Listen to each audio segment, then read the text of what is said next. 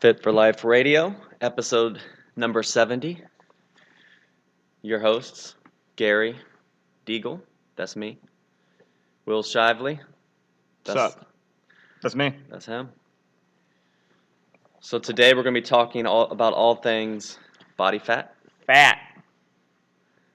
But before we get into that, you said you went to the little bartender showdown at Ironclad Distillery. Yeah, we went yesterday, and you try each bartender has their own drink that they've made, and then people vote on them and all that kind of stuff. And it was good. I mean, all of them were good, but one of them was complete standout and had chocolate in it, which I was really surprised about because I normally don't like stuff like that. But it was Black. It was a Black Forest. prime. Yeah, Black Forest. Did they have Black Forest bitters in there? I think so. I've seen Yeah, something like that before. yeah, they were, dude. Yeah.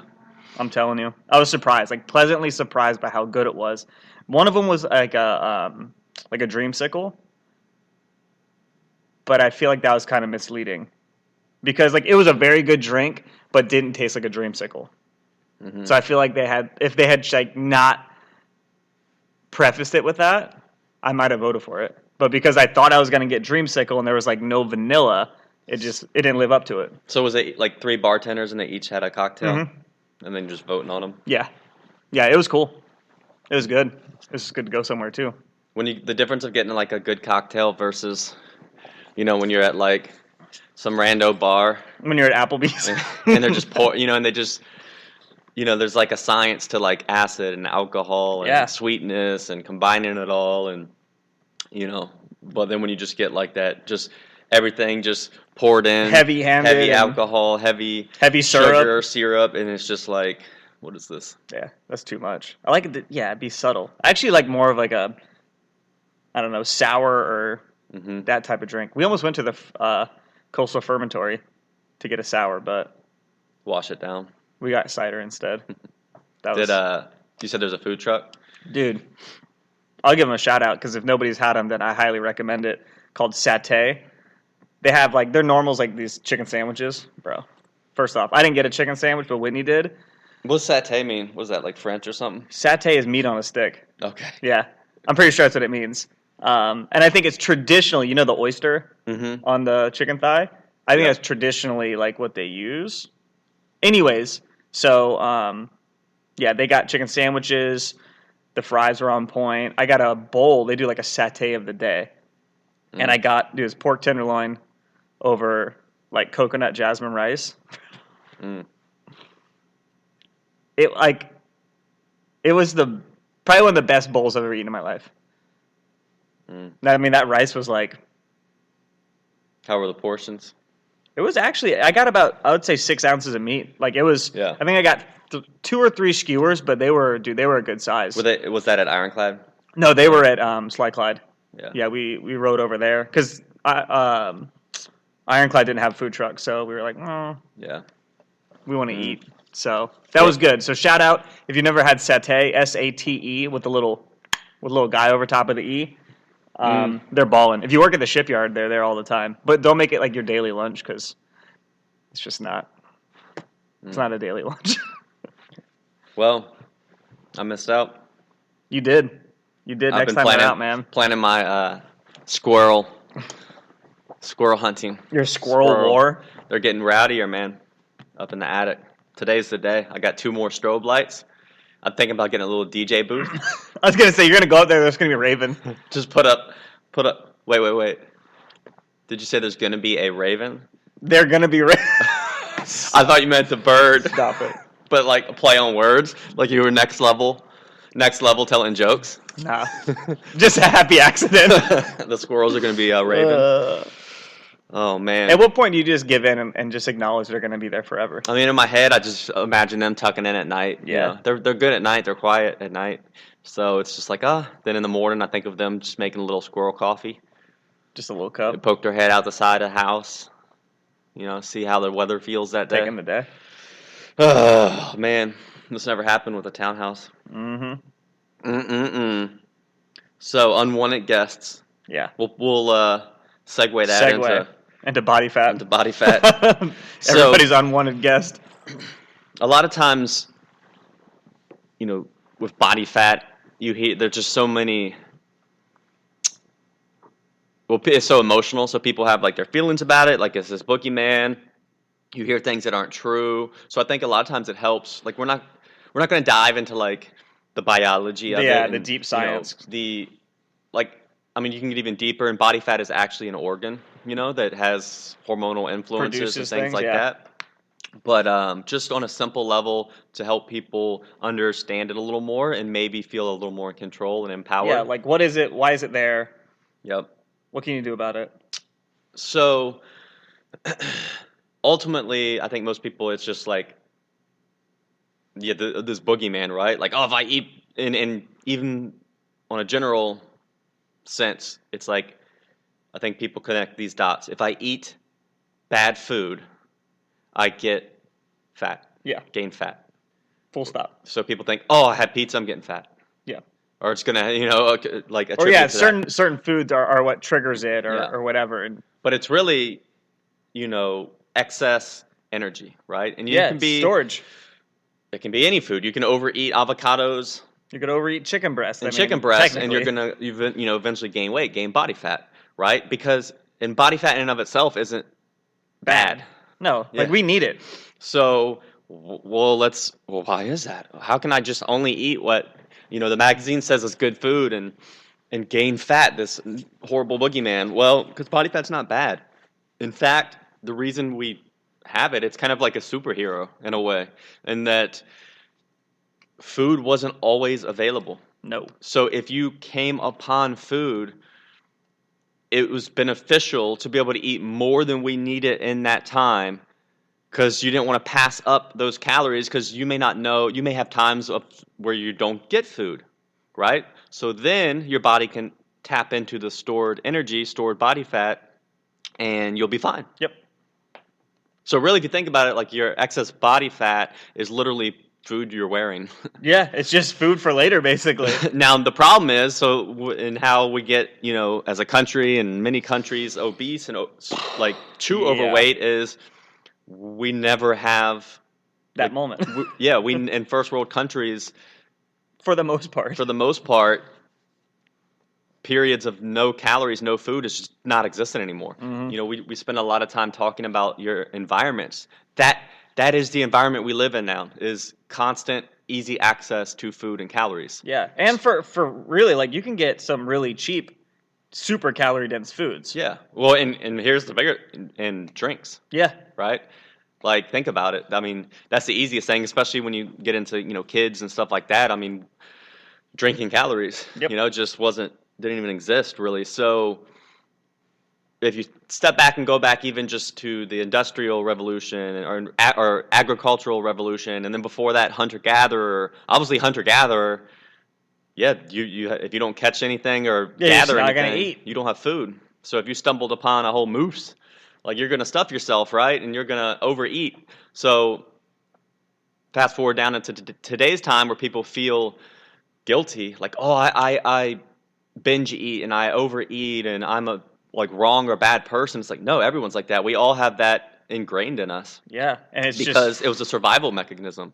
But now our world has changed so much that we don't need that survival mechanism. But it's still there. It's still in place. And it's important to have in case, I don't know, you get stuck in the woods for 3 weeks. Well, and that's the thing. Probably over the next 10,000 years, we'll eventually evolve to not have it. To fight it, right? We're like, oh, we don't need to store as much body fat.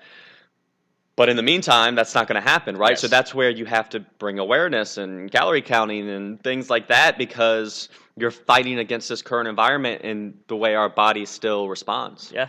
And you can't get rid of it. Like, it's always going to be there. And that's why, we always talk about environment. What are you saying you can't get rid of? That deep. Yeah. You can get rid of body fat. I didn't want people to confuse that with you can't get rid of body fat. You absolutely can. That's what this is about. But yeah, so we're always kind of fighting against that, deeper. Yeah, in our environment, right? And like we say, step into your home. If your home's full of extra calories that are easy to overeat, now you're making your environment even harder. Yep. Now maybe if that stuff's only on the outside and you got to drive to it, that's one more step. It's another step, which so sets you up for a little more success. But so body fat is really, in our ability to store fat, was actually, it kept us alive for a long period of time. Absolutely. To make it through periods of starvation and low food. Now, the crux of that is the habit that we ingrain now from the time we're young kids is that hunger is an emergency. Yeah. So you know how, then if you are actually physically hungry, really, you're probably going to be, that means you're burning body fat, right? Because you're taking in less calories than your body needs. But then, look, if you have body fat, excess body fat, cool, your body's going to go into that. And then the hunger you experience is literally just a physiological response. But the more body fat you have, the less urgent that it is. So, but the problem is we're trained from the time you're a little kid, which because it's just out of love, like your parents and grandparents, they want you to grow, right? That's what we associate. You're growing. So it's like every time you're hungry, oh, you should eat something. You should eat something. To where we are literally creating this habit and mindset every day of hunger's emergency. And hunger's right emergency. when it hits, you're like, oh my God, I got to eat. Exactly. So then we eventually get to where we're not growing anymore. Nah. But we still have that same habit.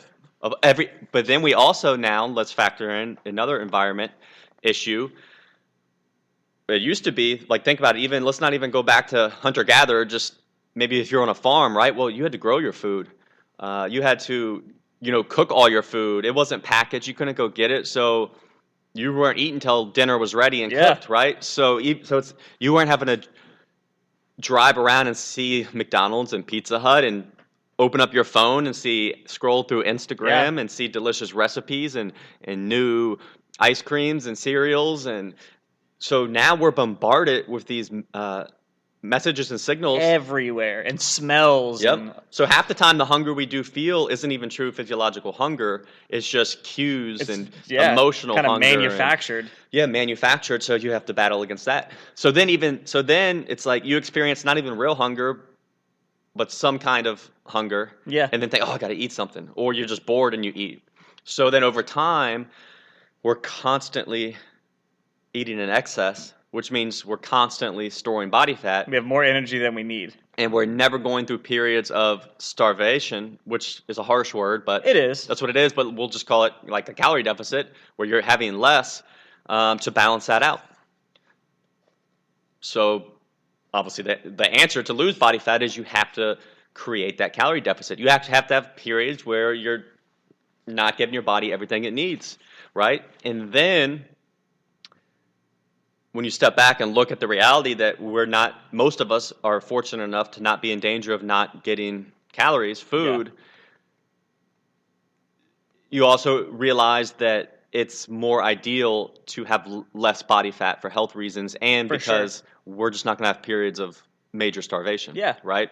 So then when you see that excess body fat, it can cause, a lot of issues. A lot of issues. It's better to be on the leaner side. Yeah, to be on the lower end. Now, you don't have to be, six-pack ripped all the time because that's not even really an indicator of health. But, we'll say healthy body fat range. Well, for guys, it's going to be anywhere between 10 and 20%, and women 20 to 30 to be kind of broad. And then, but yeah, so that's the thing, even like a little bit overweight or just, like not ripped, but you're carrying visible body fat. It's still that's it's a healthy range. Because you do need it for, normal hormone production and things like that. Yep. Now, the problem where it becomes an issue is when we get to obese ranges, which is more than really our bodies are used to having because we never had the advantage of having that much food available to eat that much, right? So really when you start to see that was in the civilization times where there was rich people, and all the kings and stuff who became obese because they didn't have to physically do anything. And it was kind of a sign of wealth and power. Yeah. So actually it went through a phase where it was more attractive because it meant you were wealthy. But the problem when you become obese is it causes, because of all the extra mass, you have decreased mobility, poor emotional health, self-esteem, increased risk of organ failure, increased risk of heart disease, increased risk of stress fractures, strokes, cancers, and sexual and reproductive health. Right? So, nothing good's coming from it. No. So that's where you just want to get to a range, but on the same time, same extreme, you can get too low and have too low body fat. And so really the only good example of that is there's a sport of bodybuilding, right, where people try to literally get rid of as much fat as possible to then step on a stage while keeping muscle. And if you dig into that sport and at that extreme, there's tons of health issues, right? Like people lose libido. They start, they could lose, like you have women that lose their hair, sex organs, all that function goes away, mood, energy, appetite. I mean, it's just, your circulation is terrible too, generally. Your physical output, because your body wants to like not do anything because it thinks it's dying. So that's the thing. When you're at risk of the negative, we say you're at a normal weight or you have some excess body fat and you feel hunger, like it's fine. It's really only an issue when you're almost like have no body fat left and your body's like close. Like literally we need stuff or we're going to die. So, those extremes are the issues, right? And then with that, you want to just have a good frame of mind and understand that zero body fat's not the goal either. And when you hear people, this is the other problem. So you'll hear some random Hollywood actor that did a movie. God. And they're like, I got down to 2% body fat. No, you didn't. You would be dead. You didn't. When you see those bodybuilders on stage and it looks like visibly they have not an ounce of body fat, they're still about 5% body fat, right? Because you still have body fat around your organs that you don't see. It's not on, in between your skin and muscles. So and even that's like super low and hard to sustain. They sustain that for a very short period so of time. Even we'll say what's considered a really lean and even pretty tough to maintain, but it can be healthy as say 10% body fat on a male. So if you had a 180-pound male at 10% body fat, that's still 18 pounds of fat and it's a pretty lean person. Right. So and fat is not this like, oh, I gotta have none of it. Yeah, like you need it. You just can't have all of it. That's all. Yep. So if you really step back and when you're in the process of like, hey, my doctor says I need to lose weight, or maybe just for your own physical and mental health, you feel better when you're a leaner weight. Realize all it is the excess fat you have is just stored energy. Right? It's from consuming more calories than you need, and your body, with its survival mechanisms, is like, cool, I'm going to hold on to this in case I need it down the road. So now when hey, we're not in danger of dying from too little calories, you can hopefully have a calming effect to know, okay, this isn't some like I'm going to be okay. Yeah, it's about literally just balancing a balancing act. Okay, I'm going to have to eat a little less to get this, so my body then is forced to use the stored energy, stored body fat, and then get where you want and maintain it.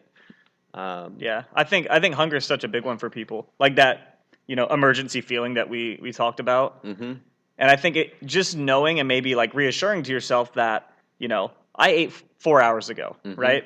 Even though I'm hungry, like I'm gonna be okay if I don't eat, or if I don't eat, as much as I want in my head. And I think just, it's something to work on, and it's never perfect, especially if, you've had, food issues or whatever, but just, working on that and reassuring yourself, I'm going to be fine. It's completely, I think one of the best things that you can do, because truthfully, hunger, like we said, is like, it could be like 10 different things. You could need water. You could be bored. You could just want the entertainment value of food. And so, acknowledging that you don't absolutely need to, well, I'll say feed that monster is, I think, kind of a powerful thing for yourself to realize. So.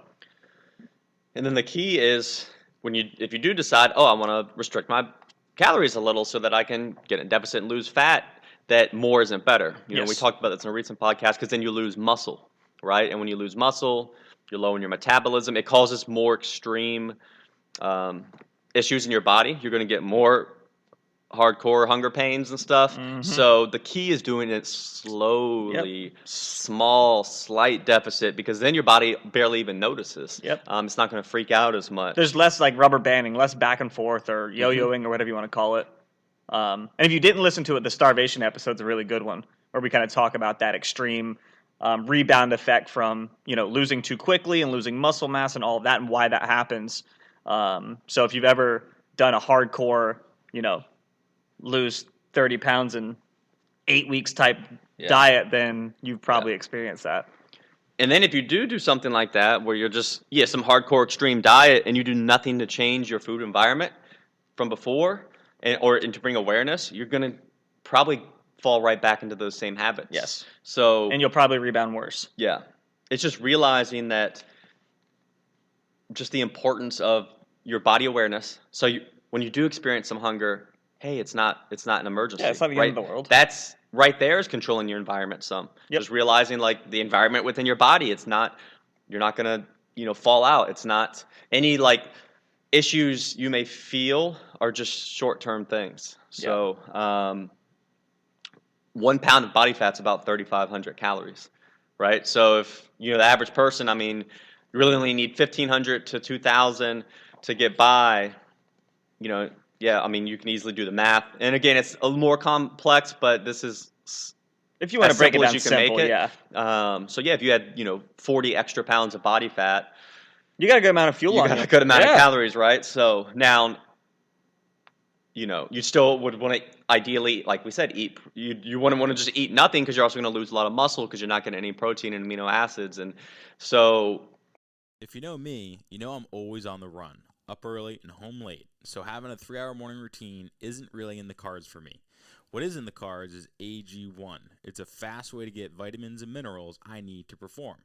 I first gave AG1 a try because I wanted a single solution that helps support my entire body by filling in nutrient gaps and simplifying my morning routine.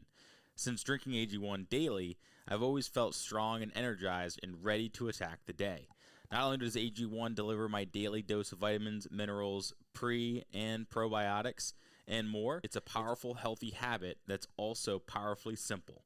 It's 1 scoop mixed in water once a day and every day. I know that AG1 is giving my body high-quality nutrition. Every batch of AG1 goes through a rigorous testing process, so you know that it's safe. And AG1 ingredients are sourced for absorption, potency, and nutrition density. AG1 is a supplement that I trust to provide the support my body needs daily, and that's why I'm excited to welcome them as a new partner. Here is your chance to start every day this season with a gift to yourself. Try AG1 and get a free 1-year supply of vitamin D3K2 and 5 free AG1 travel packs with your first purchase exclusively at drinkag1.com/provengrit. That's drinkag1.com/provengrit. Check it out. That's where you get to fight that urge too, and just small deficits, so that you slowly lose just body fat. Very small. But then you realize, hey, I need to avoid heavily processed foods and have some physical activity and be aware of influential food advertising. Like, the awareness of our environment and surroundings is what's key, right? And I think also understanding, when I do overconsume, that's how I gain body fat. But it's not alarming. It's not a bad thing, only if it continuously happens and I never balance it out. Exactly. So there's no magic food. It's not like one food's fault. No. It's not your body's fault. You're not like some failure because you have food cravings or because you overeat or binge eat. Like, these are all things we're wired to do. Yeah. It has nothing to do with you as an individual and everything to do with our current food environment. Yeah. And realize too, like, that this is a big one, and it goes for both of them, that carbs don't make you fat, right? Too many carbs will, but just carbs in general don't. Fat doesn't make you fat either, all right? Like, both of those are, I mean, it's two sides of the same coin. Fat's more calorie dense, but, still, like, over-consuming either of them will make you gain weight. That's the problem. Exactly. So that's the actual problem. So, people commonly will say, I can't have carbs. They make me gain weight. And just realize that it's just boils down to just basic, too much of anything will make you gain weight, and one not more than the other. Yep. And you say that, I'm looking at an obesity chart. So it breaks down different countries, the percentage of I just checked that out. the population that's older than 15, with a body mass index greater than 30, which is technically obesity. So you say that about specific foods. So obviously the USA, number one, 31%. A third of the population is obese, right? The smallest countries, dude, Korea and Japan, 3%. What's a staple of their diet? Rice. Every meal they eat rice, right? So if carbs were just by themselves as boogeyman, but you know what else they do? They eat with chopsticks. Yeah, they it's more work, bro. They eat slow, right? Like they don't have as much processed food. Mm-hmm. And then another one, that was down there at the bottom is France, right? So they're 9%. Their actually diet is very high. Like, dude, it's like 60-70% fat calories. You know, they use a lot of butter and stuff. Yeah, that French style cooking, man. So same thing. The fat calories aren't the enemy either. They're just more aware. They cook more meals at home. They eat less processed food.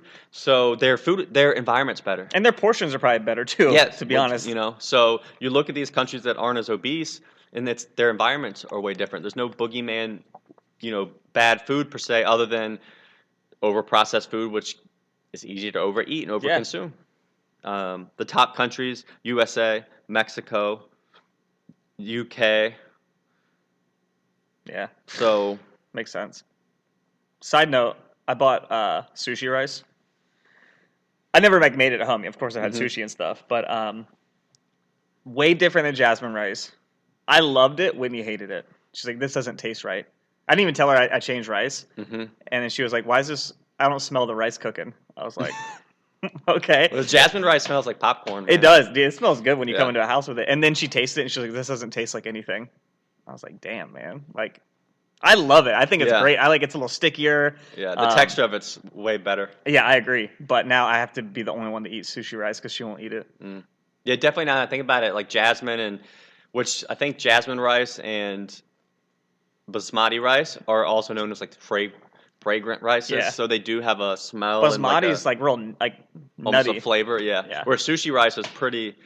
It's pretty tame. Neutral, right? But it's stickier. It has a higher it's called like a amylopectin or something, which makes it stickier. Got it. And it's a short grain, I like it. So that's all I eat now. I'm gonna have some today. And then jasmine's every time I go back, it's just they're fine, but I would just prefer the sushi rice. I like jasmine. I love, but basmati is just it's not all dry. It's not my cup of tea, man. Yeah. Like even with like say thin. it's traditionally eaten with like Indian food and and a couple other cultures, but like I still prefer jasmine with pretty much anything. If it's going to be like a more ethnic dish like Indian food or something like that, I just think it tastes better. Basmati is just, and it's like I don't know. The grains don't stick together at all. They're just kind of stacked on top of each other. I don't know. Yeah. It's not for me. Dude, sushi rice to me, when I eat it, it feels like a cloud in my stomach. Yeah. It's great. It's the best. It's just nice and I soft. kind of like how it has like that tiny little bit of flavor, but not a lot. I don't know why. It just makes me feel good. Anyways, you said rice, and it brought that back. The key I noticed with the sushi rice is you don't need as much water when you cook it. You know, the others you'll do like a 1-to-2 ratio. Yeah, it's like a 1 to 1.5. Yeah, that's what I use. I think. Yeah, I think it was 1.5 cups of water, 2 cups. I don't know. It told me how much to make, and it ended up being good. So that's it. Speaking of like the other episode, I was talking about my contacts. Your dailies. Well, the other thing I splurged on was my rice cooker, man. Yeah. I got like a Zoji Rushi. Ooh, dude, those are legit. I'm pretty sure my best friend's family had 2 of those growing up. I'm pretty sure that was the brand. Is it white? Yeah. Yeah. It has a little elephant on it. Yeah, I'm pretty sure, dude, those last forever. Yeah, and it's so good. It makes a huge One difference. day when my rice cooker kicks the bucket, I'll get one. Because mine's lasted for years. And it sings a little song to you when you press the button and when it's ready. Does that just make it even better? Yeah. So every morning, because I set it. So yeah, I always have the rice on. So in the morning I get up, pour my whole day's of rice in, start the cooker, and then I just keep it on. It keeps it warm throughout the day. Damn, you're like an Asian household. I know. But every morning, like once I press that button, it sings this little song. I always like rap some lyrics to it. and now I need to know what it sounds like. and Alexis is just sitting there rolling her eyes, but always just do some different song every morning, or I'll just like hype it up. Like it will start going, I'd be like, oh, it's like beep beep beep, but then it actually does the same song when you play it when you start it, but then it will play a different song when it's finished. You never know what you're gonna get. I like it. Makes me so happy. I need to get her to secretly record you now. I need to know. Mm. I'm gonna get it done. That's OG Rushi, man. Damn, you splurged. How big is it? Is it like a it's like full size one? Yeah, it's not that big though. You didn't go for the mini? Nah. Single serving? Because I've also made for like you can make oatmeal in it. Does pretty good. It says it does some other stuff. How long does it take to make oatmeal in there? I don't know. You just set it and then come back to it. Yeah, I normally do it first thing. It takes probably like 40 minutes for the rice. Yeah, that's about normal. I just never thought about cooking oats in there. Yep. Do you ever steam anything in your rice cooker? I did when I had like the Instapot, which is also like a steamer rice cooker. I've steamed sweet potatoes in it, but it's kind of not big enough. Yeah. So. I lost my steamer basket a long time ago. You ever notice how sometimes when you lose stuff, that's literally like $6 to replace, but in your mind you're like, no, I'm just gonna live without this now. Yeah. And you act real stubborn about it, But then buying a new rice cooker, you're like, oh, okay, yeah, I'll do that. Doesn't make any sense. But I agree 100%. Like, I'm not buying a new steamer basket. I haven't had one for like 5 years. Like my car, I got the little crack in my windshield, and I'm like, whatever. I'm about to just get a new car. I don't want to replace. It's too painful. And the process is even harder. It's not even like it's an easier process. Nah. I'm like, I gotta go get this fixed. I'm just gonna get a new car. I mean, dude, whatever. I haven't had a new car in 12 years. What'd you get? I don't even know. I've started to think because, like the car I drive, Alexis got a new car 2 years ago. So then I drive her old car, which is like 10 years old. And eventually, like it's a Hyundai, and it's got I don't know, 150,000 miles on it. So eventually, and now it's kind of like, how you try to lie to yourself. Like I'm driving on the interstate and it shakes a little, and I'm like, this don't feel right.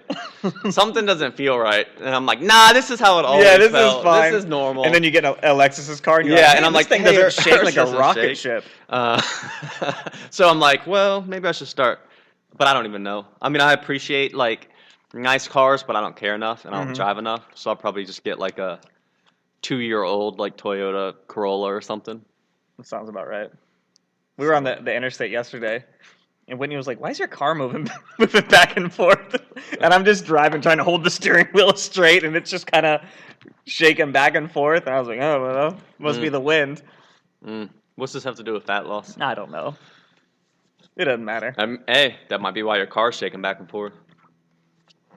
That's Could be. maybe another negative to a little too much body fat. You start shaking. So, yeah. But I don't know. I think another thing to kind of tie it back in a little bit is also it's okay to fluctuate. Oh yeah. Right, like it's normal. I'll normally go between 10, 15 pounds in the course of a year.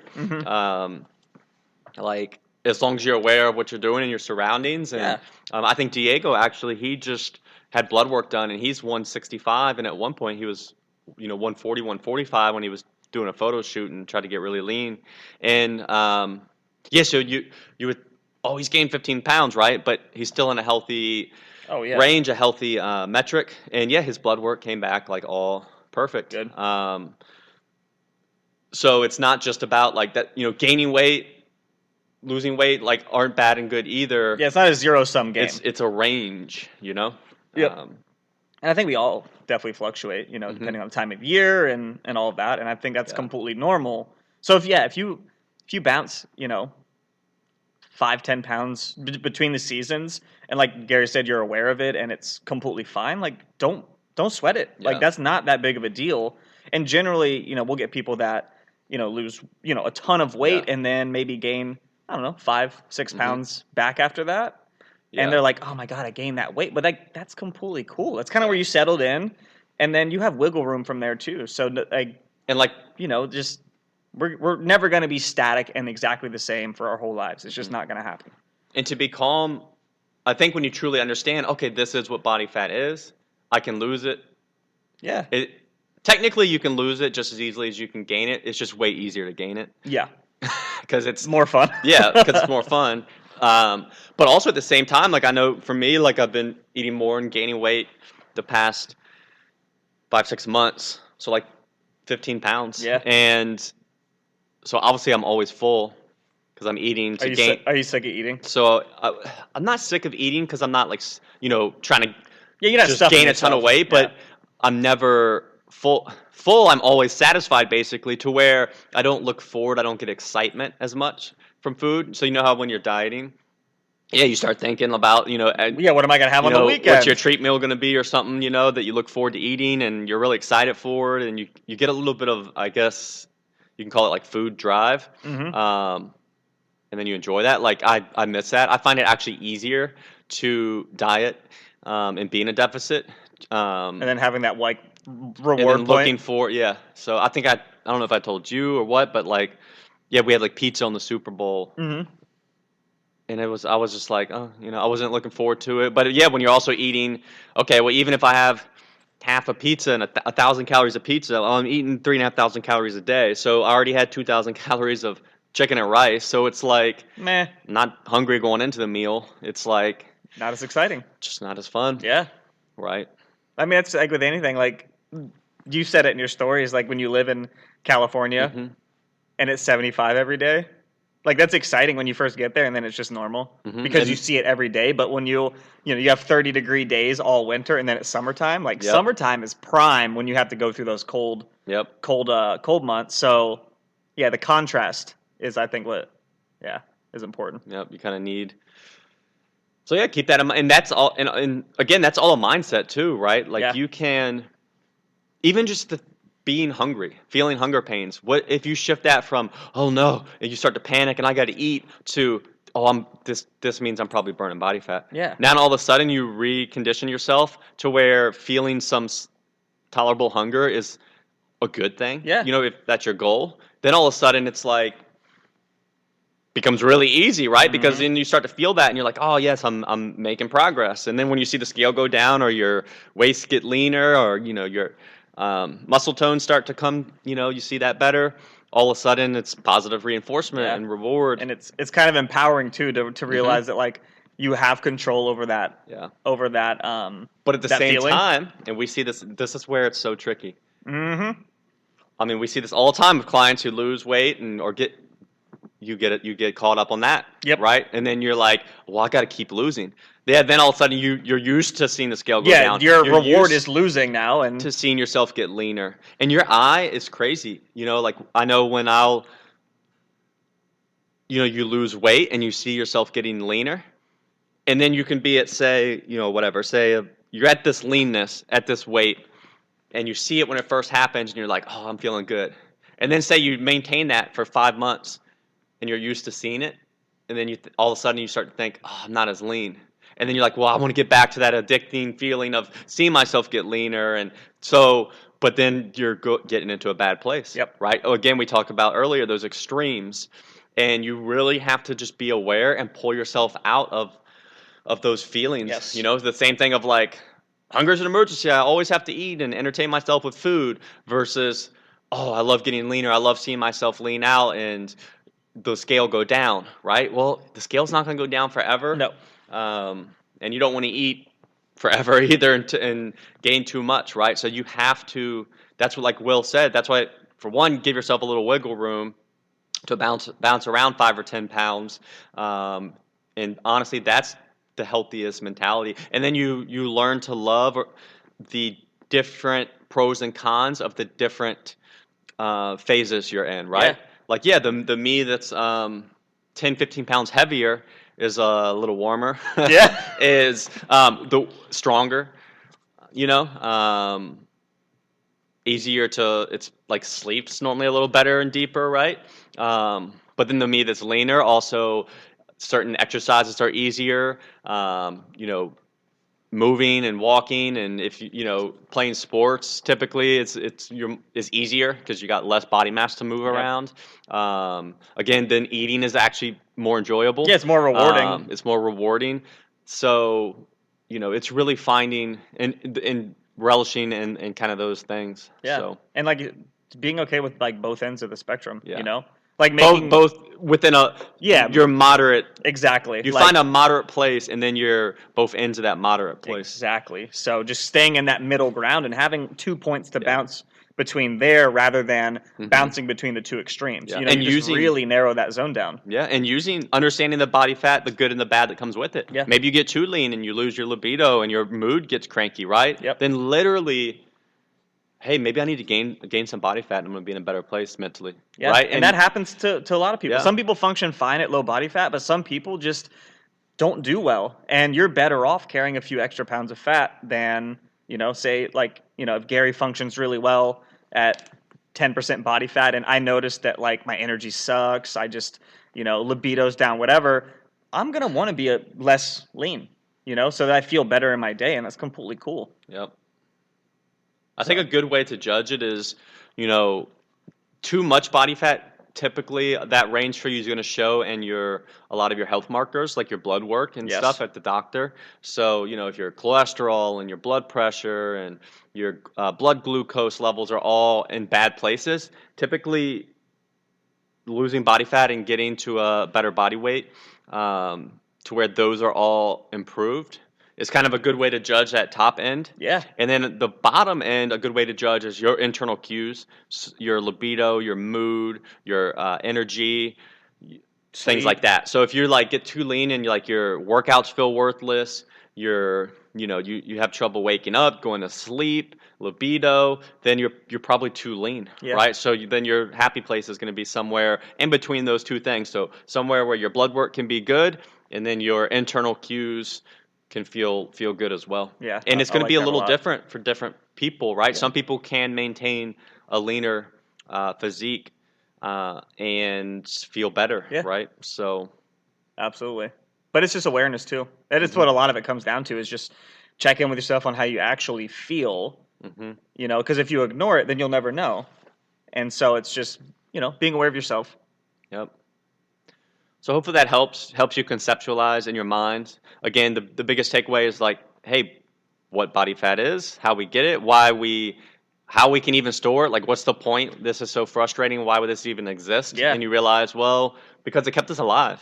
It was a superpower, right? But now we don't need that superpower, and our environment skews us. So you need to manage it yourself. And yes, and you can lose it, and you can gain it. Once you get that confidence and control, then you can probably bounce around and be at a much happier place, having that range of body fat percentage. Yeah, and being a little more in control, basically. And not in fear of it or seeing it as like a boogeyman. Yeah, it's not the boogeyman. Nope. Just fat. It's just fat. Tastes good. Yeah, it does. I mean, animal fat. I want to know. Yeah. That's a good catch. Man, somebody would have thought that. That's gonna freak people out. Yeah. You ever people think about, like, when you eat a steak and the fat? I mean, that's that animal's fat. Like, that's. Yeah. I mean, when you talk about human body fat, our body fat, like, that's the part of the animal, right? It's more, and that's why a fattier cut. I'm looking at you. You're looking at me like, man, we're about to do another hour. Is more calorie dense, right? Because it has more body fat, right? Which is, and it tastes so good. Super calorie dense. So good ribeye. This would probably like freak out like vegans and stuff, but I mean, everything is like molecules and nutrients, right? So remember, we're muscle, bones, ligaments, body fat, flesh, nerves, and that's what animals are made out of, and that's thing. they have body fat for the same reason too, right? So you look at, why does a tiger and lions, they're like really lean, right? Where they have to run around all the time and chase stuff. So they got to be powerful. When you look at a sprinter, Olympic sprinter, they're super lean, right? Well, when you're trying to move as fast as possible from point A to point B, body fat is not helpful. No. So it's more beneficial to have as little as possible. But then you'll look at a bear in the winter, right? Or a seal, and they have a lot of body fat. Well, they're in cold climates, right? Well, the cold climates help keep them warm because your body is gonna. You actually burn more calories when you're in colder weather, right? Yeah. Because you shiver and stuff. Yep. So, it's beneficial. And same thing, if you were let's use Olympic athletes because they, specific stuff. So let's look at a shot put thrower, right? Exactly They what I normally was have a thinking. higher body fat percentage because it's more weight to help them with throw farther. Yeah. So actually, if they were leaner, they would be less total strength, right? Because they'd have less weight. Less momentum to help. Yeah.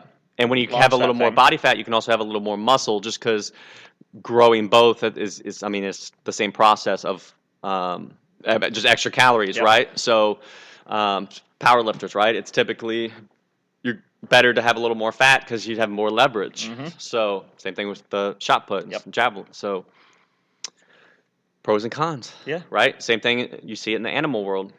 You see it all over. We are the animal world. We are the animal world. We're just the ones that drive cars and sit in hoodies and talk into microphones. Yep. But Drop trash everywhere. all right, so there's your simple breakdown on what is body fat. Simple. Hope you enjoyed episode number 70. 70. We'll be back in the future. We got we got some guests planned. We We're gonna do. have menopause coming up with Coach Kristen. Menopause. We're gonna have stuff about your thoughts, how that affects your actions and how that comes before your nutrition and your exercise. Your brain. So stay tuned. As always, thanks for listening, guys. If you want to learn more, check us out at coastalfitnessva.com or garydeagle.com. We'll see you next time.